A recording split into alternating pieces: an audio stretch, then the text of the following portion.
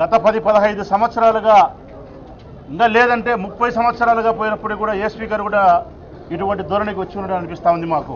కారణం బడ్జెట్కి సంబంధించి ఈ రాష్ట్ర ప్రజల యొక్క ప్రయోజనాలకు సంబంధించిన ఎంతో ముఖ్యమైన కీలకమైన ఘట్టం శాసనసభకు సంబంధించి. అటువంటి సందర్భంలో ప్రతిపక్ష పార్టీ నాయకుడు బడ్జెట్కి సంబంధించిన విషయాలను క్షుణ్ణంగా మాట్లాడుతూ ఉన్న సందర్భంలో అత్యంత కీలకమైన శాఖ వ్యవసాయ శాఖకు సంబంధించి రైతుల యొక్క రుణమాఫీకి సంబంధించిన విషయాలు కానీ బడ్జెట్లో కేటాయించిన కేటాయింపులకు సంబంధించిన విషయాలు కానీ చాలా డీటెయిల్గా మాట్లాడే సందర్భంలో ఏమాత్రమే కానీ ఓపిక లేకుండా ఉండే తెలుగుదేశం పార్టీకి సంబంధించిన మనుషులు కానీ శాసనసభ్యులు కానీ వారి యొక్క తప్పులను లోపాలను రాష్ట్ర ప్రజలకు తెలియజేసే క్రమాన్ని జీర్ణించుకోలేని తెలుగుదేశం పార్టీ శాసనసభ్యులు ఏదో ఒక విధంగా సభను డైవర్ట్ చేసే కార్యక్రమానికి శ్రీకారం చుడితే ఆ కార్యక్రమానికి 100కి 1,00,00,000 భాగాలు వంతబారుతా ఉన్నారు గౌరవనీయులైన స్పీకర్ గారు. ప్రతిపక్ష పార్టీ నాయకుడు బడ్జెట్ సంబంధించి మాట్లాడుతూ ఉండే సందర్భంలో స్పీకర్ మాట్లాడిన మాట ఈరోజు ప్రజాస్వామ్యవాదులు ఎవరైనా సరే బాధపడే విషయం, తలదించుకునే విషయం. ప్రతిపక్ష పార్టీ నాయకునికి సంబంధించి స్పీకర్ గారు మాట్లాడతారు ఈరోజు. ఈ సందర్భంలో ఈ మాటలు మీరు మాట్లాడకూడదు, ఆ సందర్భంలో ఆ మాటలు మాట్లాడకూడదు. బడ్జెట్కి సంబంధించి వ్యవసాయ రుణాలకు సంబంధించిన కేటాయింపుల్లో రైతులు చెప్పిన మాటలను మీరు ప్రస్తావించాల్సిన అవసరం లేదు, మీరు మాట్లాడడానికి నేను మైక్ ఇవ్వనని చెప్పి ఖరాఖండిగా నియంత్రిత ధోరణితో నిరంకుశంగా ప్రవర్తించి మైక్ కట్ చేసే విధానం స్పీకర్కు 1% కూడా కరెక్ట్ కాదు. ఇది కేవలం నిరంకుశమైనటువంటి వైఖరి. తెలుగుదేశం పార్టీకి సంబంధించిన ఓ వ్యక్తిగా, ఓ శాసనసభ్యునిగా స్పీకర్ గారు ప్రవర్తిస్తూ ఉన్నారు. అటువంటి ధోరణి మానుకోవాలి. ప్రజా ప్రయోజనాలను దృష్టిలో పెట్టుకుని సభను సక్రమంగా నడిపేదాని కోసం ప్రతిపక్ష పార్టీ నాయకునికి బడ్జెట్ సమావేశంలో పూర్తి స్వేచ్ఛనిచ్చి మాట్లాడియాల్సిన అవసరం ఉంది. ఈ వేదికను ప్రజాస్వామ్యవాదులు ఇష్టపడే పద్ధతుల్లో ప్రతిపక్ష పార్టీకి ఎక్కువ సమయాన్ని ఇవ్వాల్సిన అవసరం ఉంది. అట్లా కాకుండా అధికార పార్టీ యొక్క తప్పులను ఎక్కడ బయటపడతాయన్న క్రమంలో స్పీకర్ గారు ప్రవర్తించే తీరు, ఆయన మాట్లాడిన తీరు కూడా చాలా ర్యాష్గా ప్రతిపక్ష పార్టీ నాయకుడిని యూ కెనాట్ స్పీక్, మీరు మాట్లాడడానికి అవసరమే లేదు, మీరు మాట్లాడొద్దని చెప్పి మైకుని కట్ చేసే విధానాన్ని మేము పూర్తిగా ఖండిస్తా ఉన్నాం. తప్పకుండా స్పీకర్ గారు ఈ విషయంలో మరొకసారి పునరాలోచన చేసుకుని ప్రతిపక్ష పార్టీ నాయకునికి పూర్తిగా బడ్జెట్ సంబంధించిన సమావేశంలో మాట్లాడే అవకాశాన్ని ఇవ్వాలా. అటువంటి సందర్భం కలిగించకపోతే వైఎస్ఆర్ కాంగ్రెస్ పార్టీకి సంబంధించిన 67 మంది శాసనసభ్యులు పూర్తి స్థాయిలో ఈరోజు స్పీకర్ ప్రవర్తించిన తీరు పట్ల నిరసన కార్యక్రమాన్ని, శాంతియుత ఆందోళన కార్యక్రమంతో పెద్ద ఎత్తున చేసేదానికి కూడా మేము సంసిద్ధంగా ఉన్నామని కూడా ఈ సందర్భంగా తెలియజేస్తా ఉన్నాం. వరుస క్రమంలో చూస్తూ ఉన్నాం. అసెంబ్లీలో ఏం జరిగిందో అందరూ గమనిస్తున్నారు. సమాజం అంతా కూడా, తెలుగు సమాజం అంతా కూడా చాలా దగ్గరగా చూస్తుంది. ఈ సభని ముఖ్యంగా నడపాల్సిన వ్యక్తులు ఇద్దరున్నారు.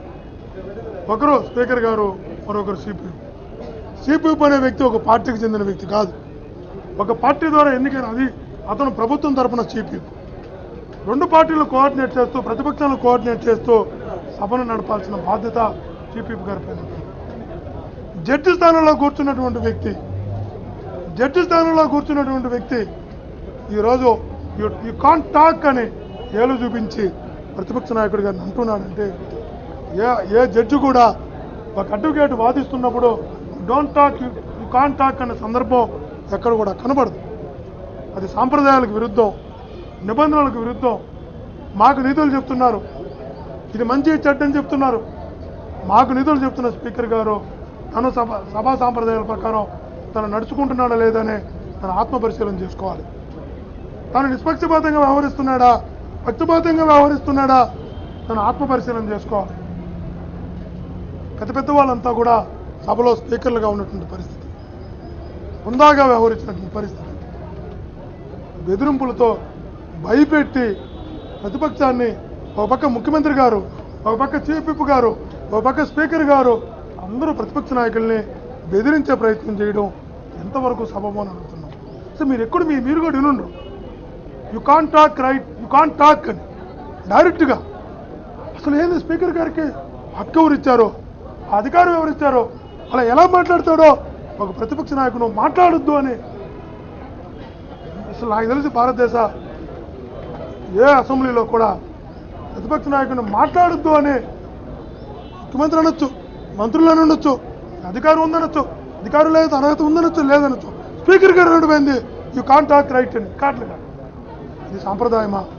మాకు విలువలు చెప్తున్న స్పీకర్ గారు కొత్తగా శాసనసభ్యులుగా వచ్చాం, మాకు మంచి చెడ్డ ఇది అదేని సభ్యులకు విలువలు చెప్తున్న స్పీకర్ గారు ఎంతవరకు పాటిస్తున్నారో నాకు అర్థం కావట్లేదు. ఆయన విద్యుత్ కుదురుతున్నారు. నిన్న అసెంబ్లీలో అన్నది నిజం కూడా చాలా బాధాకరం. ఈరోజు గతంలో స్పీకర్లుగా పనిచేసిన వాళ్ళు, గతంలో అసెంబ్లీ సెక్రటరీగా పనిచేసిన వాళ్ళు, ఇతర రాష్ట్రాల్లో పనిచేసిన వాళ్ళు మేము అందరం అడుగుతున్నాం. వాళ్ళందరూ కూడా చెప్తున్నారు అసెంబ్లీలో ఈరు కానీ రికార్డ్ అయినటువంటి దేన్ని కూడా హౌస్ ప్రాపర్టీగా ఉన్నదాన్ని బయటకు ఇవ్వకూడదు. ఒకవేళ ఇవ్వాలంటే ముందు ఇతర పార్టీలు అందరినీ కూడా కూర్చోబెట్టి అందరికీ చూపించి తర్వాత చెయ్యాలి అని. అది ఆయన హక్కు, ఆయన ఆస్తి. స్పీకర్ గారికి అధికారం ఉంది దాంట్లో. బొండా గారు అంటున్నారు ఈరోజు మాట్లాడుతూ ఒక దాంట్లో ఎలా వచ్చాయంటే స్పీకర్ గారు ఇచ్చారంటున్నారు. స్పీకర్ గారు ఇచ్చింది మొత్తం చేశారంటే మేము ఎడిట్ చేసుకుని చూపించామంటున్నారు. మేము ఎడిట్ చేసి చూపించామంటున్నారు. ఆయన ఇవ్వడం ఏందో, వీళ్ళు ఎడిట్ చేయడం ఏందో ఇస్తే అందరికీ ఇచ్చేయాలి. మొత్తం రికార్డు ఏందో ఇవ్వాలా? ఎక్కడికి తీసుకెళ్తున్నారు వ్యవస్థని? ఏం చేయబోతున్నారు వ్యవస్థని? ప్రతిపక్ష నాయకుడి గారు ఏం మాట్లాడుతున్నారు? ఏ హామీలు ఇచ్చారు ఎన్నికల్లో? హామీలు ఎలా అమలు జరుగుతున్నాయా లేవా? కేంద్ర ప్రభుత్వానికి ఏ లెక్కలైతే, ఎందుకంటే మనం ఇక్కడ అప్రూవ్ చేసినటువంటి బడ్జెట్ ఈడకి ఆగిపోదు. ఈడ అప్రూవ్ చేసిన బడ్జెట్ అక్కడికి వెళ్ళాలి, పార్లమెంట్కి వెళ్ళాలి, అక్కడ చేరాలి, 14th ఫైనాన్స్ కమిషన్కి వెళ్ళాలి, అక్కడ అప్రూవ్ కావాలి, అక్కడి నుంచి నిధులు రావాలి. మనకి ఎట్టు తిప్పి మళ్ళీ చూసినా మీరు ఇచ్చిన లెక్క ప్రకారం మన ఎక్స్పెండిచర్స్, మన ఎసెట్స్ ఎక్స్పెండిచర్ తీసుకుంటే 90,000 కోట్లు లేదు, 1,16,000 కోట్లు బడ్జెట్ అని చెప్తున్నారు. మనము భావితరాలకు ఏం మెసేజ్ పంపించబోతున్నాం? వాళ్ళ అమాయకులు అనుకుంటున్నారు ఢిల్లీలో తప్పులు లెక్కలు ఇచ్చారు ఆంధ్రప్రదేశ్ వాళ్ళంటే మన రాష్ట్రానికి ఏం గౌరవం ఉంటుంది? అడుగు పోదని అంకెలతో లెక్కలతో ఆధారాలతో చూపిస్తుంటే సమాధానం చెప్పలేని పని. జగన్మోహన్ గారు మాట్లాడుతుంటే ఫైనాన్స్ మినిస్టర్ గారు ఇచ్చిన బడ్జెట్ పైన జగన్మోహన్ గారు మాట్లాడుతున్నారు. ఫైనాన్స్ మినిస్టర్ గారు అవసరమైతే క్లారిఫికేషన్ ఇవ్వచ్చు, లేదా ముఖ్యమంత్రి గారు ఇవ్వచ్చు. కార్మిక మంత్రికి ఏ సంబంధం అండి? ఇరిగేషన్ మినిస్టర్కి ఏ సంబంధం అండి? ఏ మంత్రులు అంటే మంత్రుల్లో సమాధానం చెప్తున్నారు. ఏమి కానిటువంటి విప్పు కూడా రవికుమార్కి ఇస్తున్నాడు. విప్పుకి దీనికి ఏ సంబంధం అండి? ఎక్కడ తీసుకెళ్తున్నారు వ్యవస్థని? మా వైపు ఏళ్ళు చూపించి మమ్మల్ని బెదిరించడం కాదు, చెడు సాంప్రదాయం సభలో నడుస్తుంది. ఇది మంచిది కాదు. ప్రతిపక్షం ఓపికనంతా సహనాన్నంతా బలహీనత అనుకుంటున్నారు. మేము ప్రజల తరపున నిలబడుతున్నాం. We are the voice of public. మేము ప్రజల తరపున వాయిస్ మాది. మమ్మల్ని మాట్లాడలేకపోతే ప్రజల తరపున ఎవరు మాట్లాడాలి? పాలించే హక్కు మీకుంది, ప్రశ్నించే హక్కు మాకుంది. ప్రజల తరపున మా గొంతు నొక్కేస్తారా? ప్రతిపక్ష నాయకుడి గారికే బడ్జెట్ పైన మాట్లాడే అవకాశం ఇవ్వకపోతే దేని మీద అవకాశం ఇస్తారు? ఇది ఎప్పుడు కూడా ఇది మంచి సాంప్రదాయం కాదు. నిబంధనలకు నియమాలకు విరుద్ధం. తెలుగుదేశం పార్టీ ఎలాగ వ్యవహరిస్తుంది, స్పీకర్ గారు ఎలాగ వ్యవహరిస్తున్నారు, చీఫ్ పీపుల్ ఎలాగ వ్యవహరిస్తున్నారు. ప్రభుత్వం ప్రవేశపెట్టినటువంటి బడ్జెట్ పైన 4 రోజులు చర్చ జరుపుతామన్నారు. 3 రోజులు కుంటి సాకులు చెప్పి సభను డైవర్ట్ చేసి చర్చ జరగనీయకుండా చేయడంతో పాటు ఈరోజు ఒక్కరోజే ఉంది, ఈరోజు చర్చ జరుపుదాము అని చెప్పినప్పుడు మేము సహకరిస్తామని కూడా చెప్పాం. పక్కన చూస్తే తెలంగాణ రాష్ట్రంలో 2 పూటల పూర్తి స్థాయిలో చర్చలు జరుగుతున్నాయి. ఇక్కడ చూస్తే చర్చలకు భయపడి ఏదో ఒక ఆటంకం సృష్టించాలా అని చెప్పి నేను సభా నాయకుడినో చీఫ్ విప్నో తప్పులు పట్టాలనుకోలేదు. ఈ సంఘటనలకు కారణం స్పీకర్ గారే అన్నది స్పష్టంగా కనిపిస్తూ ఉంది. ఈరోజు ఎంతో ఇంపార్టెంట్ అయినటువంటి బడ్జెట్ దాంట్లో ప్రతిపక్ష నాయకుడు గారు మాట్లాడుతూ ఎంతో ఇంపార్టెంట్ అయినటువంటి వ్యవసాయం పైన తను మాట్లాడుతుంటే మైక్ కట్ చేయడం, ఇది టైం అయిపోయింది అని ఆదేశించడం. రైతులు అష్ట కష్టాలు పడుతున్నారు, రుణాలు మంజూరు కాక పూర్తి రుణమాఫీ చేస్తానన్నావు. దాదాపుగా 1,00,000 కోట్ల రూపాయల వరకు లోన్లు పెరిగిపోయినాయి. నువ్వు కేటాయింపులు 4,300 కోట్లే చేసి బ్రహ్మాండంగా మాఫీ చేశామని చెప్పి సన్మానాలు జరుపుకుంటున్నారు. ఈ కేటాయింపులు ఏమాత్రం సరిపోతాయి, వడ్డీలకు కూడా సరిపోవు అని చెప్పి దాంట్లపైన మాట్లాడుతుంటే నిర్దాక్షిణంగా మైక్ కట్ చేయడం ఎంతవరకు సమంజసం?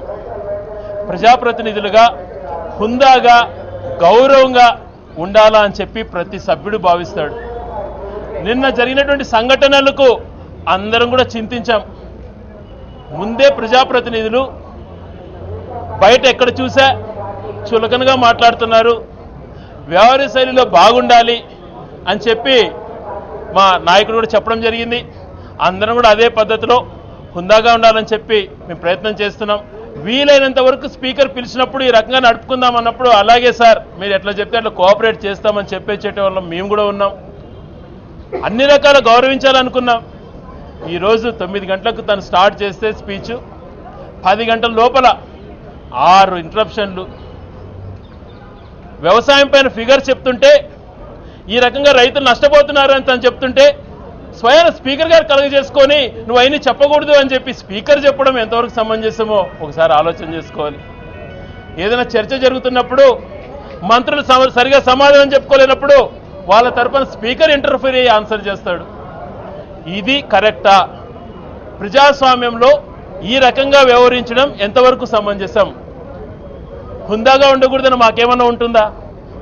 సభ జరిపించుకోకూడదని మాకేమన్నా ఉంటుందా? నిన్న జరిగినటువంటి సంఘటనలు మీరే చూసింటారు. ఒక ఛానల్కి అన్నిటి రైట్స్ ఇచ్చేసి అక్కడ జరిగినటువంటివన్నీ ఎడిట్ చేసుకొని వాళ్ళకు కావాల్సింది చేసి ఎంత దుర్మార్గంగా వ్యవహరించారు. అసలు సభా హక్కులు స్పీకర్ గారే ఉల్లంఘించారు నిన్న. ఇంకా మేము ఎవరితో చెప్పుకోవాలి? మా బాధను మేము ఎవరికి విన్నవించుకోవాలి? ఇది పద్ధతే? ప్రతి ఒక్కరూ కోరుకుండేది మంచి అర్థవంతమైనటువంటి చర్చ జరగాలి, ప్రజలకు మెసేజ్ చేరాలి, ప్రజలకు కోసం ఏమడుగుతున్నది ప్రతిపక్ష పార్టీ అడిగింది అవి ఎంతవరకు చేస్తామని చెప్పి అధికార పార్టీ సమాధానం చెప్పే విధంగా చర్చలు ఉండాలి. కానీ మొదలైనప్పటి నుంచి హౌస్ అంటే కొత్త సాంప్రదాయాలు, మేము మీకు మైక్ కట్ చేస్తాంట, మీరు రెచ్చగొడతాంట, మీరు పొడియంలోకి వస్తే అవతరాలకు మైక్ ఇచ్చి తిట్టిస్తాంట అనే వ్యవహార శైలి పెట్టుకొని ఈ రకంగా చేయటం చాలా దురదృష్టకరం. మామూలుగా మాకు కూడా ఆ చైర్ అంటే చాలా గౌరవం, మేము చైర్ని అగౌరవపరచట్లేదు. కానీ ఆ చైర్లో ఉన్న వ్యక్తి ఆ చైర్ స్థాయిని దిగజారుస్తున్నాడు అని చెప్పి మేము బాధపడుతున్నాం. దయ ఉంచి తన వ్యవహార శైలి మార్చుకోవాలి, తన ఒక స్పీకర్ అన్న ఆలోచన చేసుకోవాలి, అందరితో కోఆర్డినేట్ చేసుకోవాలి, మంచిగా హౌస్ జరుపుకోవడానికి ప్రయత్నం చేయాలి. కానీ తనే నిర్దేశించుకొని నేనే నడుపుతాను, మీరెవరు మాట్లాడడానికి లేదు, అవసరం వస్తే నేనే సమాధానం చెప్తాను అని చెప్పి వ్యవహరించడం చాలా బాధాకరమైన విషయం.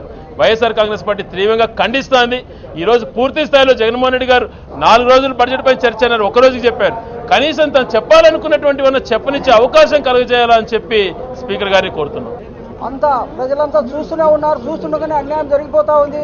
జగన్మోహన్ రెడ్డి గారు ఆయన చెప్పవలసిన పాయింట్లు చెప్పకుండా మైక్ డైవర్ట్ చేస్తూ దానికి సంబంధం లేని మీ మినిస్టర్లకు ఆ యొక్క మైకులు డైవర్ట్ చేసుకుంటూ ఇక్కడ అసలైన పాయింట్లను మాట్లాడనీయకుండా చేస్తున్నారు. కేవలం స్పీకర్ గారు చేస్తున్న అన్యాయం ఇది. దాన్ని మేము తీవ్రంగా ఖండిస్తున్నాము. ముఖ్యంగా పోయిన సంవత్సరంలో ఇచ్చిన బడ్జెట్కు ఎక్స్పెండిచర్ చూస్తే వాళ్ళు చూపెట్టిందేమో లెక్కలు 1,12,000 కోట్లు చూపిస్తే ఇంతవరకు అదే జూన్ 2వ తారీఖు వరకు కూడా లెక్కలేస్తే కేవలము 90,000 కోట్లు కూడా రావట్లేదు. దానికి సమాధానం ఏం చెప్పమంటే చెప్పలేక ఈ విధంగా చేసుకుంటూ పోతే మమ్మల్ని అన్ని ఎత్తి చూపిస్తారు. కాబట్టి మనం ఖచ్చితంగా దీన్ని ఎలాగైనా అడ్డుకోవాలని చెప్పేసి వేరే మార్గంలో ఆయనను డిస్టర్బ్ చేస్తూ కంటిన్యూటీ లేకుండా ఆయనను డైవర్ట్ చేస్తూ మాట్లాడి కూడా చేయడం అనేది చాలా అన్యాయము, అక్రమము అని కూడా దౌర్జన్యపూర్వకంగా స్పీకర్ గారే ఖచ్చితంగా మైకును కట్ చేస్తున్నారు. ప్రతిపక్ష నాయకుని మాట్లాడనివ్వడం లేదా, ప్రజలు తెలుసుకోలేకపోతున్న వాస్తవాలు ఏంటో అందరికీ అవసరం ఉండే వారికి మీకందరికీ తెలుసుకొని మారుమూల ఉన్న గ్రామాల్లో ఉండే ప్రజలు తెలుసుకోవాలంటే ఖచ్చితంగా జగన్మోహన్ రెడ్డి గారు ప్రతిపక్ష నాయుడు ఈ విధంగా ఇన్ని విశ్లేషణ ఇస్తూ మాట్లాడే ప్రతిపక్ష నాయుడు మనకి ఇంతవరకు ఎవరు కనిపించట్లేదు. కాబట్టి ఆ యొక్క ప్రజలకు ఆ యొక్క అవకాశం కల్పించాలని కోరుకుంటున్నాను. కాబట్టి నిరంకుశ పాలన వద్దు, ఖచ్చితంగా మైకులుగాన ఖచ్చితంగా ఎవరికి ఏ టైంలో వాళ్ళకి ఇస్తే కనుక ఈ గందరగోళాలు ఈ సభలో ఉండవని మీ ద్వారా ఈ స్పీకర్ గారికి తెలియజేస్తున్నా. ప్రతిపక్ష నాయకుడు బడ్జెట్ మీద ఇస్తున్నటువంటి ప్రసంగానికి ఇచ్చిన గంట సేపులో 8 సార్లు ఇంటరప్షన్ జరిపి 4 రోజులు బడ్జెట్ మీద చర్చ ఉంటుంది అని చెప్పి కేవలం ఆ 3/4 గంటకే పరిమితం చేయడం ఏమాత్రం సబబు? ఆయన కన్స్ట్రక్టివ్ క్రిటిసిజం చేస్తున్నాడు, జరుగుతున్నటువంటి లోటుపాట్లను ఎత్తి చూపిస్తున్నాడు, గణాంకాలతో ఎత్తి చూపిస్తున్నాడు. మీరు బడ్జెట్లో ఇచ్చిందా, ప్రపోజల్స్ ఏంది, వాస్తవంగా మీరు ఎంత ఖర్చు పెట్టారు, లాస్ట్ ఇయర్ బడ్జెట్ ఏంది, ఇప్పుడు ఎంత ఖర్చు పెట్టారు, ప్రతి దాంట్లోనూ లోటుపాట్లను తీర్చిదిద్దుతూ ప్రజలకు మనము కన్స్ట్రక్టివ్గా ఏం చేయాలని చెప్పి సూచనలు ఇస్తుంటే దాన్ని కూడా సహించలేక అడుగడుగున అడ్డు తగులుతూ అసెంబ్లీ స్పీకర్కే అవమానం తెచ్చిపెట్టే విధంగా ఈరోజు స్పీకర్ పూర్తిచ్చాడు. దాంతో ఆ సభ్యులు కూడా అధికార పక్ష సభ్యులు కూడా కన్స్ట్రక్టివ్ క్రిటిసిజం కూడా తీసుకోలేనంత దౌర్భాగ్య పరిస్థితిలో ఉన్నారు. దీనికి సంబంధం లేని వ్యక్తులు కూడా ఆ సబ్జెక్టు సంబంధం లేని వ్యక్తులకు కూడా అవకాశం ఇస్తూ వాళ్ళతో 15-20 నిమిషాలు మాట్లాడిస్తూ ప్రతిపక్ష నాయకుడికి సభానాయకుడి తర్వాత అత్యంత విలువైన వ్యక్తి, ఎక్కువ సమయం కేటాయించాల్సిన వ్యక్తికి అవమానకరించే రీతిలో ప్రవర్తించడం ఏమాత్రం సంభవం కాదు. ఇది ప్రజాస్వామ్యానికి కూడా గుడ్డలు పెట్టి లాంటిది. నిజంగా ఇది స్పీకర్ కూడా మరొకసారి థింక్ చేయాలి. ఈ విధంగా నిరంకుశంగా ప్రవర్తించడం వల్ల ఆయనకే అవమానకరంగా ఉంటుంది. షేమ్ అందు చేరని అనే విధంగా మేము భావిస్తున్నాం. ఏదేమైనా ఇప్పుడు కూడా మార్పు రావాలి. మేము బడ్జెట్లో రాష్ట్రం బాగుండాలి అంటే కన్నా ప్రతిపక్ష నాయకుడు కూడా చెప్పేది ఆ క్రిటిసిజం కూడా తీసుకోవాలి. అలాంటి స్థాయికి కూడా వాళ్ళు ఎదగాలి. మనం ఏమైనా లోటుపాట్లు చేస్తున్నామా, మనం తెలియకుండా చేస్తున్న తప్పులు కూడా ఆయన ఎత్తి చూపిస్తున్నప్పుడు ఏమైనా ఉంటే అలాంటివి తెలుసుకొని ఇంకొంచెం betterment of the society, betterment of the people ఏం చేయాలనేది ఆలోచించాలి. కానీ ఏదైనా చేస్తున్న ప్రతి దాన్ని కూడా మనము విమర్శలను ఏదో చేస్తున్నారు, కావాలని చేస్తున్న విధంగా ప్రవర్తించడం ఏమాత్రం సబబు కాదని ఈ విధంగా తెలియజేస్తూ స్పీకర్ మళ్ళొకసారి రీథింక్ చేసుకొని ప్రతిపక్ష నాయకుడికి అవకాశం ఇవ్వాలని మేము మరొకసారి డిమాండ్ చేస్తున్నాం. గత 4 రోజులుగా బడ్జెట్ మీద ప్రసంగించవలసిన పరిస్థితి లేనప్పటికీ ఈరోజు బడ్జెట్పై మా నాయకుడు జగన్మోహన్ రెడ్డి గారు చాలా చక్కగా బడ్జెట్ గురించి పాయింట్ టు పాయింట్ అన్నీ చెప్పి వివరించి నిర్మాణాత్మకమైన పాత్ర పోషిస్తూ వారికి ఒక సలహాలు సూచనలు గవర్నమెంట్ వారు మీరు కలిసి మనము ఇద్దరము సమర్థవంతంగా బడ్జెట్ని బాగా చేసుంటే బాగుండని వివరిస్తుంటే దానికి ప్రతిపక్షానికి మింగుడు పడక సాక్షాత్తు స్పీకర్ గారే యు కాంట్ స్పీక్ అని చెప్పడం చాలా బాధాకరం. ఆయన ప్రతిసారి గత 7వ తారీఖు నుంచి ఏకపక్షంగానే ప్రవర్తిస్తున్నప్పటికీ మేము పదే విజ్ఞప్తి చేస్తున్నాము.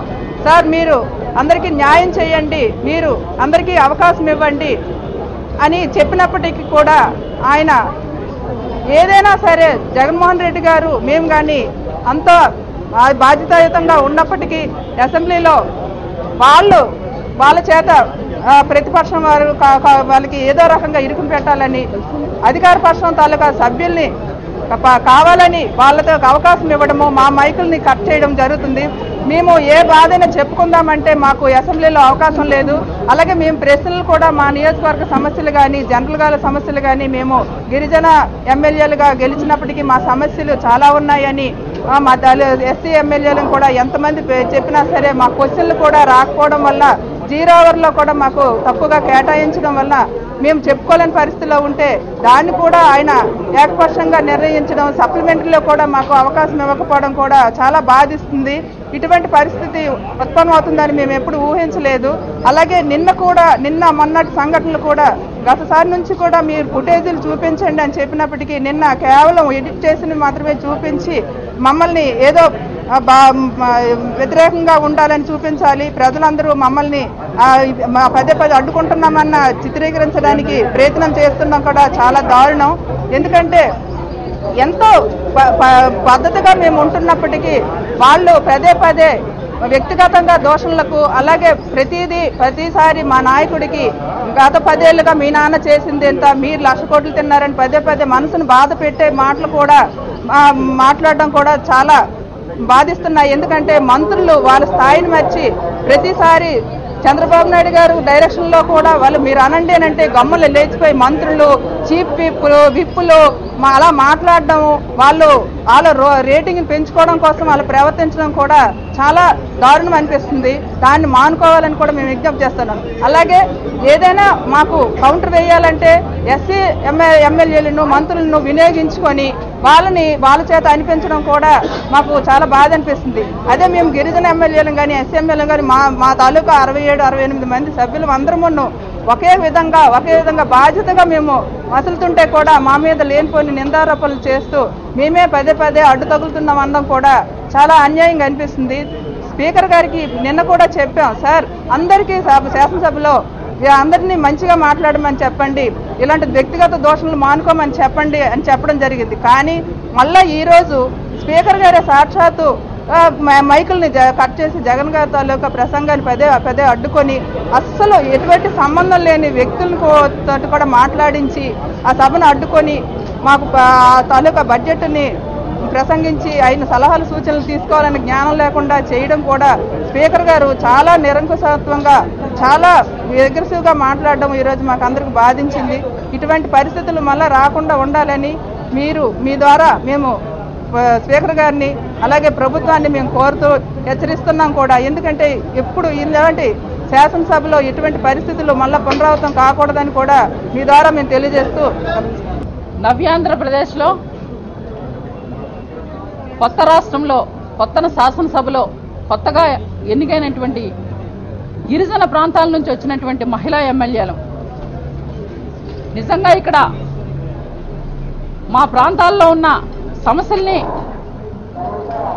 ఇదొక వేదికగా మేము ప్రభుత్వానికి విన్నవించుకొని అలాగే మా ప్రజల అభివృద్ధికి మా ప్రాంతాల అభివృద్ధికి మేము ఒక మంచి అవకాశం అని చెప్పి మేము ఇక్కడ ఎంతో ఆశతో ఎన్నో కళలతో ఇక్కడికి మేము వస్తే ఇది ఒక శాసనసభ లేకపోతే ఒక గౌరవ సభ అని నాకైతే అనుమానం అనిపిస్తుంది.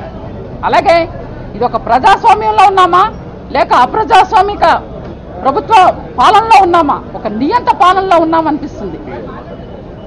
ఎందుకంటే గత 7వ తారీఖు నుంచి జరుగుతున్న ఈ సభల్లో ముఖ్యంగా నిన్న 2 రోజులు జరిగిన ఈ సభ యొక్క తీరు చూస్తుంటే చాలా బాధ అనిపిస్తుంది.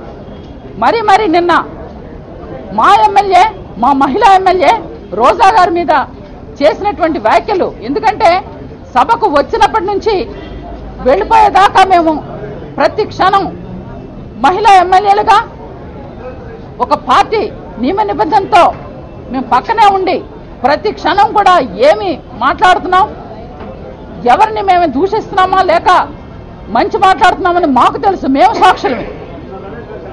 అలాంటి మా రోజా గారు సభలో నిన్న రోజా గారు ఏదో బాడీ లాంగ్వేజ్లో ఇలా అన్నారని చెప్పి ఫుటేజీలు బయటపెట్టి లేనిపోనివి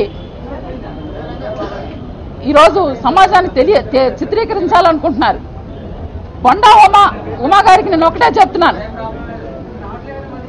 బొండా ఉమ గారు ఏంటి శాసనసభ అంటే దేవాలయం అంటున్నారు, కానీ శ్మశానంలో మమ్మల్ని పాతేస్తారా? నోటుకు వచ్చినట్టు మీరు మాట్లాడుతుంటే ఇక్కడ ఒక ఎస్టీ మహిళా ఎమ్మెల్యేలు మేము ఉన్నాం అంటే మా మీద మీరంతా నీచ నికృష్టంగా మాట్లాడతారా? అదేవిధంగా చంద్రబాబు నాయుడు గారు మొన్న మాట్లాడుతూ మీ అంత తేలుస్తాను, పిచ్చి పిచ్చి వేషాలు వేస్తున్నారా, తమాషాలు చేస్తున్నారా అని చెప్పి, అంటే ఒక క్లాస్ రూమ్ లో ఒక హెచ్ఎం మాదిరి మమ్మల్ని అందరినీ కూడా కంట్రోల్ చేయాలని ఈరోజు మహిళా ఎమ్మెల్యేలు గిరిజన ఎమ్మెల్యేలు ఉన్నారని కూడా ఆలోచించుకోకుండా ఈరోజు సభని నడిపిస్తున్నారంటే అది ఎంత ఘోరంగా ఉందో ఒక్కసారి ఆలోచించాలి.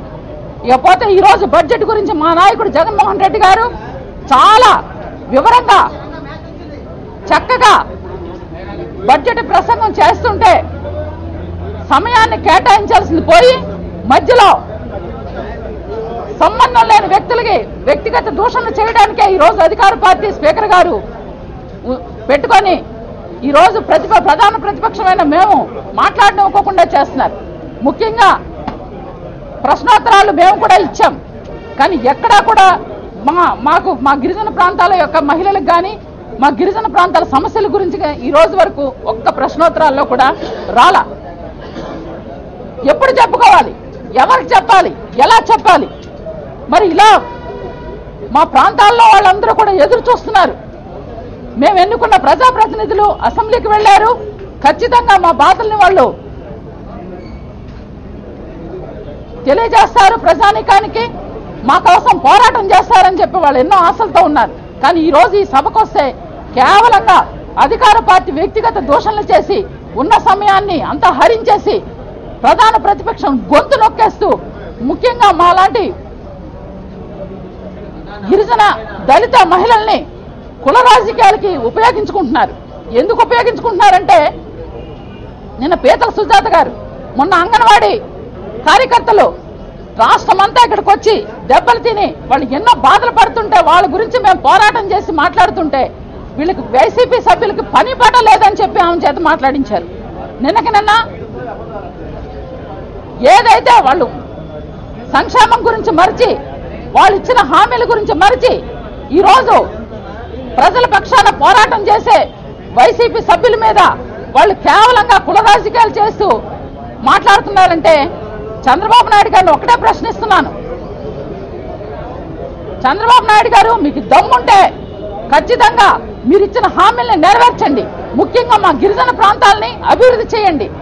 అప్పుడే మీరు ఎంతో ప్రపంచంలోని గొప్ప నాయకుడు అని మీరు చెప్పుకుంటున్నారు కదా, దానికి మీరే పని చేసి చూపించండి. అంతేగాని పేపర్ల మీద ఇది మా సొంతం, ఈ సభ మా సొంతం అని చెప్పి మీరు నోటుకొచ్చినట్టు మాట్లాడితే ఖచ్చితంగా గిరిజన మహిళా ఎమ్మెల్యేలుగా మేము ఎదుర్కొంటాం, మా హక్కుల్ని మేము కాపాడుకుంటామని చెప్పి హెచ్చరిస్తున్నాం.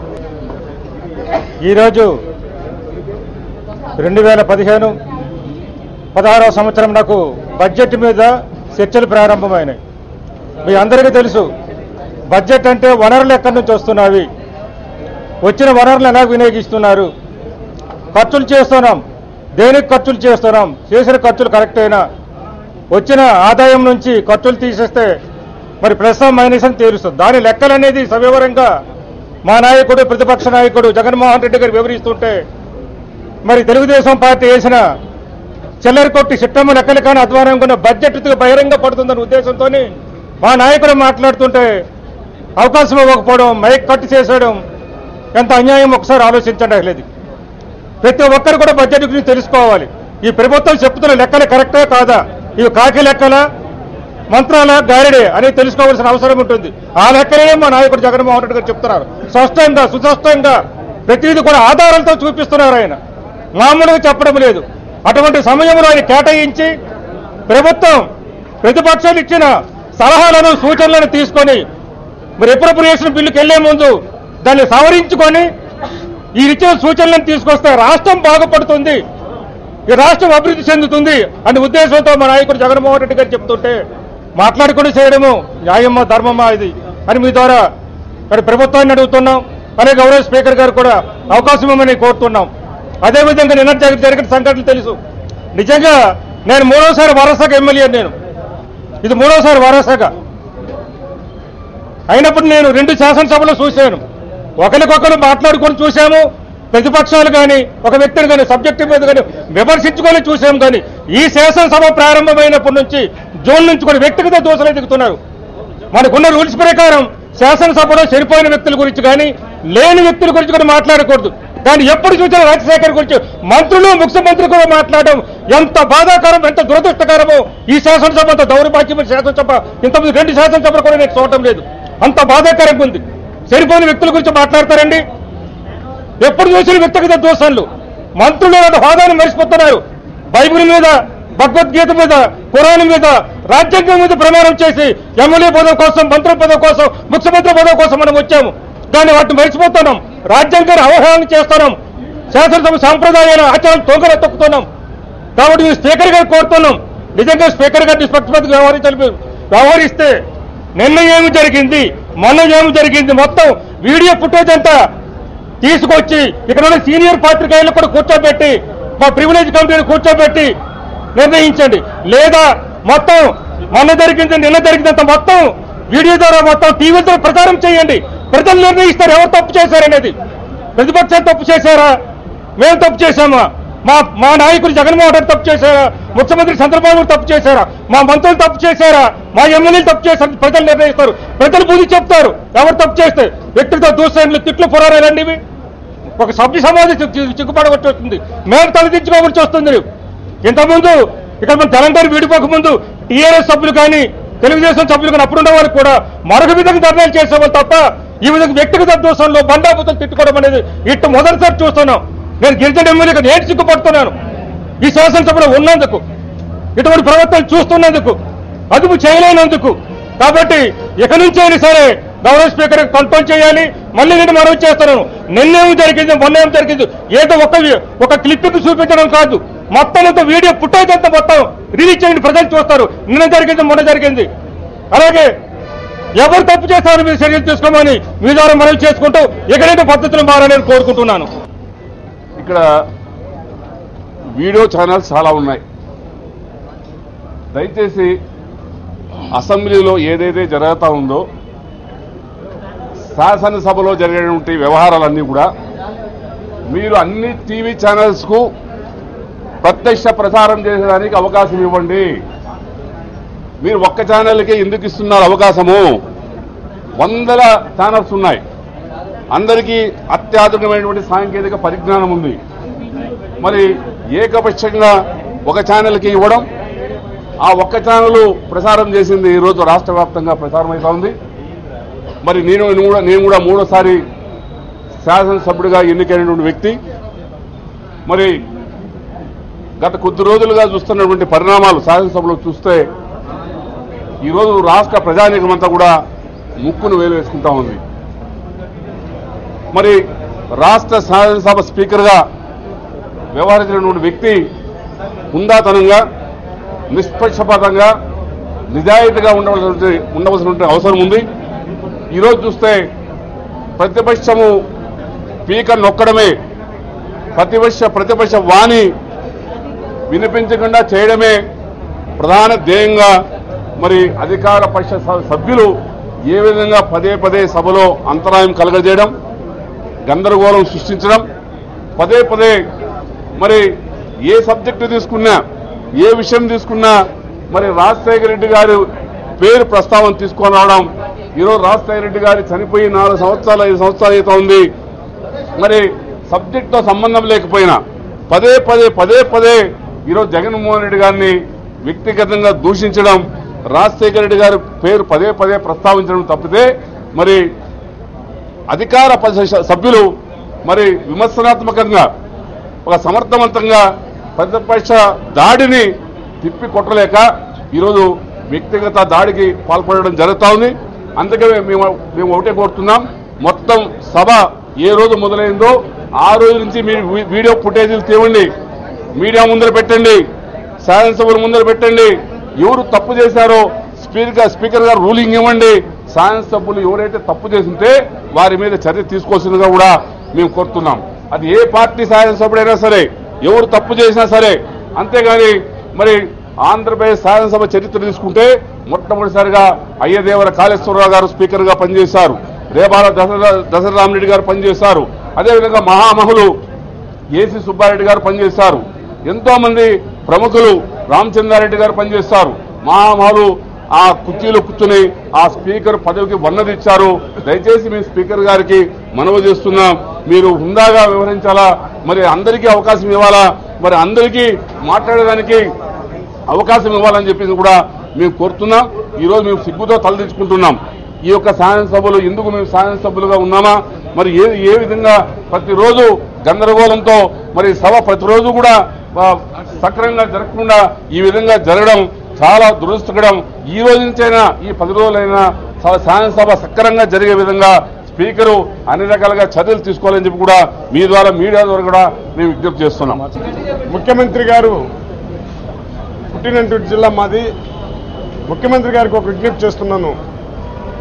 జగన్మోహన్ రెడ్డి గారు ముఖ్యమంత్రి వాగ్దానాలు చేసి వచ్చిన దాని గురించి, ప్రజలకు ఇచ్చిన వాగ్దానాల గురించి నువ్వు నెరవేర్చాయంటే, ముఖ్యమంత్రి గారు కేవలం దళితులని మమ్మల్ని ఉపయోగించుకుంటూ, దళితులంటే దళితులే వాళ్ళని, అంబేద్కర్ చట్ట ప్రకారంగా దళితులు వాళ్ళని ఎన్నుకోలేదు, అన్ని జాతులు కలిసి దళితుని రిజర్వేషన్లు ఎన్నుకుంటే, ఈరోజు చంద్రబాబు నాయుడు గారు దళిత సోదరులంట, వాళ్ళు మంత్రులైనా కానీ మేము దళితులు అని చెప్పేసి వారి ద్వారా తిట్టించే పురాణాలు ఏర్పాటు చేస్తున్నాడు. కానీ ఈ దళిత మంత్రులకి నేను విజ్ఞప్తి చేస్తున్నాను, అయ్యా మీరు మంత్రులైనాక ఇదే సోషల్ వెల్ఫేర్ మినిస్టర్ గారు ప్రతిరోజు బైబిల్ ఎత్తుకొని చదువుతుంటాడు, కానీ రిజర్వేషన్ కూడా తెలియకుండా ఎస్సీ కోట కింద వచ్చాడు. ఆయన ఎన్ని సోషల్ వెల్ఫేర్ హాస్టల్స్ తనిఖీ చేశాడు, ఏమి అభివృద్ధి చేశాడో ఒకటూరు చెప్పమనండి. దళితులుగా వచ్చిన వాళ్ళు దళితుల కోసం ఏ విధంగా పోరాటం చేస్తున్నారో ఒకటూరు చెప్పమనండి. అదే ఇంకొక మంత్రి గారికి కూడా చెప్తున్నాను, విజ్ఞప్తి సోదరికి కూడా, ఎంతసేపు వీళ్ళు మాట్లాడితే వైఎస్ఆర్ పార్టీ ప్రతిపక్ష నాయకుడు జగన్మోహన్ రెడ్డి మాట్లాడుతుంటే స్పీకర్ గారు మైక్ కట్ చేయటం, ఈ దళిత ఎమ్మెల్యే మంత్రులకి స్పీకర్ అలో చేయటం, వాళ్ళు తిట్లు తిట్టే కార్యక్రమాలు చేస్తుంటారు కానీ ఎక్కడ కానీ ఒక మంచి కార్యక్రమాలు తీసుకొని రావట్లా. ఆయనకి మైక్ కట్ చేసేది, వీళ్ళ దగ్గర తిట్టించేది. ఈ కార్యక్రమాలు జరుగుతున్నది కానీ వేరే కార్యక్రమాలు జరగట్లేదు. నేను మళ్ళీ దళిత మంత్రులు కూడా విజ్ఞప్తి చేస్తున్నాను. చంద్రబాబు నాయుడు గారు, మీరు వాగ్దానం చేశారు ప్రతి హరిజన వాడికి, ప్రతి ఎస్సీ కాలనీకి, ఎస్టీ కాలనీకి, బీసీ కాలనీకి శ్మశానం ఇస్తానని చెప్పారు. 2 ఎకరాల భూములు ఇస్తానని చెప్పారు. నిరుద్యోగ సమస్య తీరుస్తానని చెప్పాడు. బాబు వస్తే జాబ్ వస్తుందని చెప్పాడు. ఇదే కదా మేము అడుగుతున్నాము, నువ్వు చెప్పిందే కదా మేము అడుగుతున్నాము. ఈరోజు బడ్జెట్ స్పీచ్ పైన జగన్మోహన్ రెడ్డి నువ్వు చెప్పిన ఫిగర్స్ తీసుకుని వచ్చి మాట్లాడుతుంటే స్పీకర్ గారు ఆయన కట్ చేయటం, వీళ్ళకి ఇవ్వటం. నేను స్పీకర్ గారికి విజ్ఞప్తి చేస్తున్నా, ఎందుకంటే ఒక భయభ్రాంతిని ఏర్పాటు చేస్తూ ఉన్నారు. నిన్న రోజమ్మ పైన ఎటువంటి సీన్ క్రియేట్ చేశారంటే మీరు దయచేసి నిన్న మార్నింగ్ నుంచి జరిగిన ఆ వీడియో స్ట్రిప్పింగ్స్ అంతా తీసుకుని చూడండి. ఆమెను అనవసరంగా రెచ్చగొట్టారు. ఆమెను రెచ్చగొట్టి ఆమె మాట్లాడిందని తీసుకుని చూపిస్తున్నారు. ఒక రౌడీలుగా ప్రవర్తిస్తున్నారు కానీ అక్కడ ఒక ప్రజాస్వామ్యంగా వచ్చినటువంటి ఎమ్మెల్యేలుగా వాళ్ళు ప్రవర్తించట్లేదు. దయచేసి మీ ద్వారా ముఖ్యమంత్రికి మళ్ళీ విజ్ఞప్తి చేస్తున్నాను, ఒక పార్లమెంట్ సాంప్రదాయం తీసుకోండి. అక్కడ ఎంపీలకి ఏ విధంగా వాళ్ళకి టైం ఇచ్చి మాట్లాడిస్తున్నారో చూడండి. ఇక్కడ మీరు ఎంతసేపు ఒక 4 దళిత మంత్రులు పెట్టుకుని వాళ్ళ ద్వారా తిట్టే కార్యక్రమాలు చేయకుండా ప్రజల కోసం నువ్వు పాటుపడు. అదేవిధంగా వైఎస్ రాజశేఖర రెడ్డి కుల మతాలకి, పార్టీలకి అతీతంగా ప్రతి ఇంటికి దేవుడైనాడు. ఆ మంచి పేరు తెచ్చుకుని నువ్వు కూడా ఆ విధంగా ప్రవర్తించాలి. కానీ జగన్మోహన్ రెడ్డిని 24 గంటలు గత 10 సంవత్సరాలు 5 సంవత్సరాలు పరిపాలించాడు రాజశేఖర రెడ్డి గారు. మళ్ళీ 2వ తూరు కూడా వచ్చాడు. మరి ప్రజలు ఆయన ఎందుకు ఎన్నుకున్నారో ఒకసారి ఆలోచించాల్సిందిగా చంద్రబాబు నాయుడుకి విజ్ఞప్తి చేస్తూ, ఇప్పుడైనా మారినానని నువ్వు ఎలక్షన్కి వచ్చినావు, ఈ రోజు నుంచి మారి ప్రజలు పనిచేయాల్సిందిగా నీకు విజ్ఞప్తి.